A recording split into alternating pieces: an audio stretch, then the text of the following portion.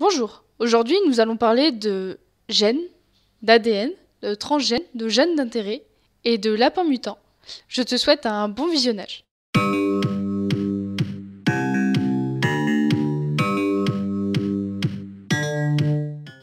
Tout d'abord, commençons par quelques petits rappels. Au collège, nous avons vu que l'ADN se trouvait dans les chromosomes, eux-mêmes contenus dans le noyau, chez les espèces eucaryotes. Nous avons également vu que le karyotype humain, c'est-à-dire l'ensemble des chromosomes de l'espèce humaine, contient 23 paires de chromosomes, ce qui fait en tout 46 chromosomes, et que ces 46 chromosomes portent 20 000 gènes qui codent pour les cheveux, ou la couleur des yeux, ou le nombre de doigts, le sexe, etc., etc. Nous avons également vu que chaque espèce possède son propre karyotype. Si par exemple je prends la mouche, elle va avoir un karyotype différent du chat, lui-même différent du grain de riz. Cela veut dire que chaque espèce a un nombre différent de chromosomes qui ont eux-mêmes une taille différente et qui portent eux-mêmes des gènes différents. Par exemple, on trouve des caractères chez la mouche qui n'existent pas chez le grain de riz. La mouche étant un animal, le grain de riz étant un végétal. On peut alors se poser la question, et je suis sûre que vous vous l'êtes déjà posée, est-ce qu'on peut croiser des espèces? Est-ce qu'on peut, par exemple, avoir un chat-mouche ou une mouche-chat? Cette question, nous allons essayer d'y répondre dans cette vidéo. Bien entendu, nous n'allons pas le faire avec le cas de la mouche-chat, puisque, comme vous devez sûrement vous en douter, le visage du chat, ses dents, ses yeux, etc., dépendent d'une multitude de gènes, et ça serait beaucoup trop compliqué d'expliquer à notre niveau comment on transfère tout un tas de gènes sur un individu. Aujourd'hui, nous allons nous contenter que d'un seul gène, qui est le gène GFP, qui est un gène de la fluorescence. Partons de l'hypothèse que la molécule d'ADN est exactement la même chez toutes les espèces. C'est-à-dire qu'elle est la même chez un hibiscus, chez un lapin, chez un rat, chez une souris, chez un tournesol. Et que les gènes portés par cette molécule d'ADN se lisent de la même manière, peu importe l'espèce.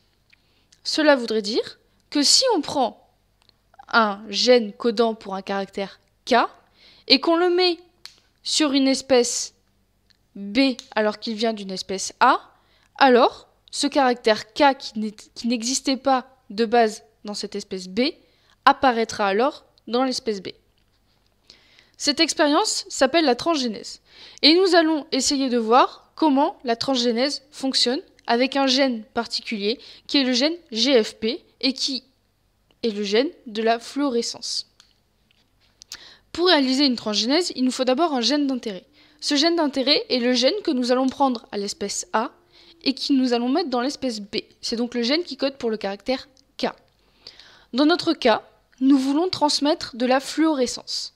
Nous allons donc utiliser un gène qui existe dans le règne animal, qui est le gène GFP pour Green Fluorescent Protein.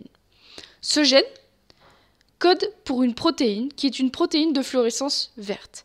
C'est-à-dire que lorsque l'on met ce gène dans une espèce, lorsqu'il existe dans le génome d'une espèce, ce gène permet à cette espèce, permet aux cellules de cette espèce, de fabriquer une protéine qui est la protéine de fluorescence verte, et cette protéine de fluorescence verte va alors permettre à l'individu d'être fluorescent, c'est-à-dire de briller dans le noir.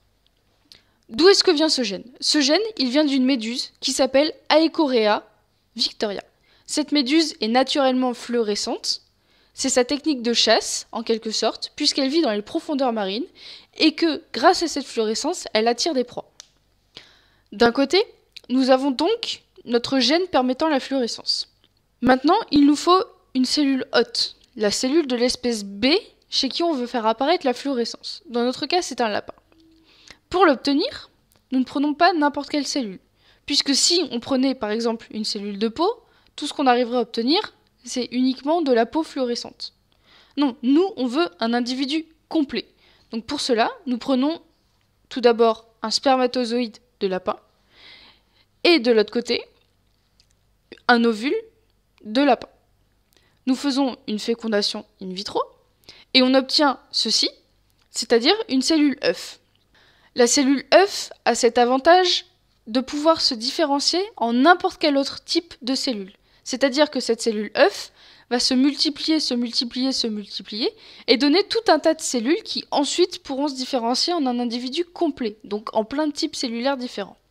Ce qui signifie que si on met notre gène GFP dans cette cellule œuf, toutes les cellules de notre individu adulte posséderont ce gène GFP. Donc, nous faisons cette fécondation in vitro et nous obtenons alors une cellule œuf possédant le gène GFP. Une fois que nous avons inséré le gène GFP dans cette cellule œuf de lapin, nous pouvons alors inséminer une lapine avec cette cellule œuf, c'est-à-dire que nous allons mettre cette cellule œuf dans l'utérus de la lapine. Nous attendons quelques mois, c'est ce qu'on appelle la gestation. La cellule œuf se développe en fœtus, en embryon. Elle se développe ensuite en bébé lapin, en lapro. Et la lapine met bas, c'est-à-dire qu'elle accouche. Chez nous les humains on dirait accoucher. Bref, elle met bas. Et ce petit lapro naît. On observe alors que ce lapro possède de la fluorescence, c'est-à-dire qu'il brille dans le noir. Et donc, nous avons bien montré là que l'ADN est une molécule universelle, c'est-à-dire que même si on prend un gène chez une méduse et qu'on le met chez un lapin qui est une espèce différente, on obtient quand même une lecture de ce caractère qui est fluorescence. Donc, on a ici là bien la preuve que l'ADN est une molécule universelle, c'est-à-dire qu'elle est lue de la même manière chez n'importe quelle espèce. Ce lapin est ce qu'on appelle un OGM, c'est un organisme génétiquement modifié, et c'est comme ça que l'on fait les OGM, par la transgénèse. Je vous remercie de m'avoir écouté et je vous dis à une prochaine fois.